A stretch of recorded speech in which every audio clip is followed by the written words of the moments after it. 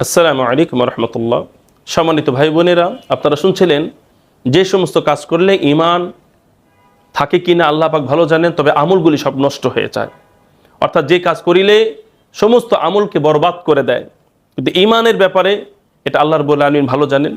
তো যে সমস্ত কাজ করিলে আমল বরবাদ হয়ে যায়, সেই ধারাবাহিকতায় 2 নম্বর অপকর্ম বা যে কাজ থেকে আমাদের জীবনকে, আমাদের আত্মাকে, আমাদের আমলকে রক্ষা করতে হবে, সেটা হলো কোরআন নিয়ে ঠাট্টা করা, কোরআনের কোনো বিধিবিধানকে অস্বীকার করা, কোরআনের কোনো বিধিবিধান নিয়ে উপহাস করা।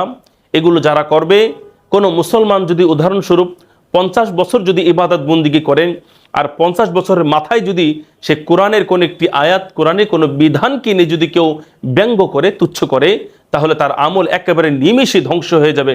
অর্থাৎ 50 বছরের যে আমল সে করেছিল, এই কোরআনের কোনো একটি বিধানকে উপহাস করার কারণে, অপছন্দ করার কারণে, তুচ্ছ জ্ঞাপন করার কারণে এই 50 বছরের আমল একেবারে নিমিষে ধ্বংস হয়ে যাবে। কত মারাত্মক কথা! আমল করতে তো কষ্ট হয়, আমরা সবাই জানি। আমল এটা এমনিতে হয় না, আমল করে নেকি অর্জন করা অনেক কঠিন, আমল করাও অনেক কঠিন। এত কষ্ট করে আমল করার পরে যদি কোনো একটি কারণে যদি সে আমলগুলি বরবাদ হয়ে যায়, তাহলে এর চাইতে আফসোস ও দুঃখের বিষয় আর কি হতে পারে আমার ভাই?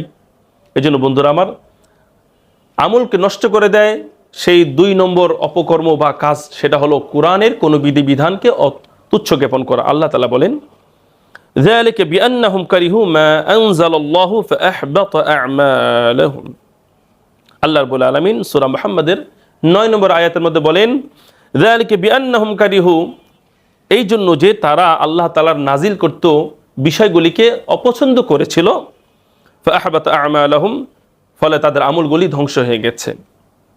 এই জন্য বন্ধুরা আমার, যারাই কোরআনের কোনো আয়াত, কোরআনের কোনো বিধিবিধান, কোরআনের কোনো ঘটনা, কোরআনের কোনো বিষয়কে কেউ যদি অপছন্দ করে, নিমিষে তার ঈমান ধ্বংস হয়ে যাবে। গত সপ্তাহে এই বিষয়ে আলোচনা হয়েছিল, আমরা আলোচনা করেছিলাম যে কোরআন যারা অপমান করেছে সেই বিষয়ে বলতে গিয়ে বলেছিলাম, সমস্ত ইমামগণ, সমস্ত ফকিহগণ, সমস্ত মুহাদ্দিসগণ এই ব্যাপারে একমত যে মানিস্তাহজা বিআয়াতি মিনাল কোরআন আও জাহাদা হারফা মিনাল কোরআন ফাহুয়া কাফিরুন ইকতালু বিকুফরিহি।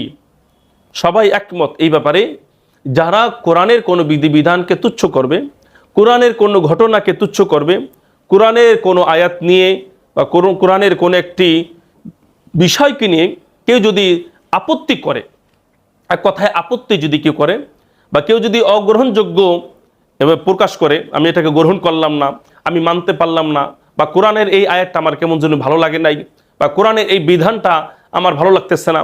যেমন উদাহরণস্বরূপ, অনেকে আমরা কুকর্ম করি, এই ব্যাপারে কোরআনের আয়াত আছে, কিন্তু এই কোরআনের আয়াত শুনলে দেখা যায় অনেকের মন খারাপ হয়ে যায়। উদাহরণস্বরূপ, অনেকে সুদ খায়, সুদ খেতে ভালো লাগে তাদের, কিন্তু কোরআন যখন বলে যে সুদ হারাম, হারামার রিবা, আল্লাহ তাআলা সুদকে হারাম করে দিয়েছেন, সুদ খাওয়া মানে আল্লাহ তাআলার সাথে যুদ্ধ করা, নবীর সাথে যুদ্ধ করা। আপনারা জানেন কত মারাত্মক বিধান আছে সুদকারীর ব্যাপারে। তাহলে এই কথাগুলি যখন শুনে তাদের মন খারাপ হয়ে যায়। অনেকে তো বলেও ফেলে যে কোরআনে এই কথাটা না থাকলে ভালো হইতো, এই কথা পর্যন্ত অনেকে বলে ফেলে। কত মারাত্মক কথা। আবার অনেকে বলে না না, কোরআনে সুদের ব্যাপারে কোনো কথা নাই, এরকমভাবে বলে। অথচ তারা জানে শুনে ইচ্ছাকৃতভাবে তারা বলে যে কোরআনে সুদের ব্যাপারে নাই, বা তারা সুদকে হালাল করতে চায়, এরকমভাবে তারা কার্যকরী আমাদের সামনে প্রকাশ করে। এই জন্য বন্ধুরা আমার, কোরআনের কোনো একটি বিধান, আপনি কোরআনের কোনো বিধানকে মানতে পারেন না, সেটি ভিন্ন বিষয়। কোরআনের কোনো আয়াত, সেগুলো আপনি তেলাওয়াত করতে পারেন না বা বুঝেন না, সেটা ভিন্ন বিষয়।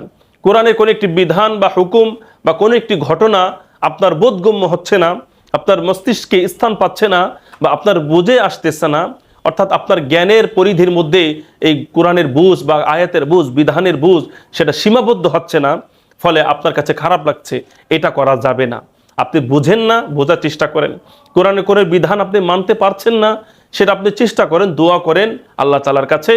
কিন্তু এমন যেন না হয় যে কোনো কোরআনের কোনো একটি বিধানকে আপনি আপনার প্রতিকূল হওয়ার কারণে আপনি অপছন্দ করে ফেললেন। অথবা কোনো ব্যক্তি যদি, সে যত বড় দিনদার হোক না কেন, সে যদি কোরআনের কোনো একটি বিধানকে, কোরআনের কোনো একটি ঘটনাকে, কোরআনের যে কোনো বিষয়কে যদি সে তুচ্ছ জ্ঞাপন করে, অপছন্দ করে, অন্তরের মধ্যে সেটাকে স্থান না দেয়, তাহলে কি হবে? ফাহবাতা আমালুহুম, তার আমল, সমস্ত আমল নষ্ট হয়ে যাবে। তার সমস্ত আমল বরবাদ হয়ে যাবে, তার সমস্ত আমলগুলি একেবারে নিমেষে শেষ হয়ে যাবে। এই জন্য বন্ধুরা আমার, সাবধান সাবধান, কোরআনের ব্যাপারে খুবই সাবধান। আল্লাহ রাব্বুল আলামিন আমাদের সকলকে কোরআনকে অন্তরে ধারণ করার, কোরআনের বিধিবিধান অনুযায়ী জীবনকে পরিচালনা করার, এবং কোরআনের অপমান হয়, কোরআন ছোট হয়, কোরআন অপমানিত হয়, অবমাননা হয়, এমন সমস্ত কর্ম থেকে নিজেরা বাঁচবো, সন্তানদেরকে বাঁচাবো, সকলকে দেশের মধ্যে কোরআনের বিধিবিধান যেন বাস্তবায়ন হয়, এই জন্য আমরা আপ্রাণ চেষ্টা চালিয়ে যাব ইনশাআল্লাহ। আল্লাহ আমাদের সকলকে তৌফিক দান করুক। ওমা তৌফিক ইল্লা বিল্লাহ।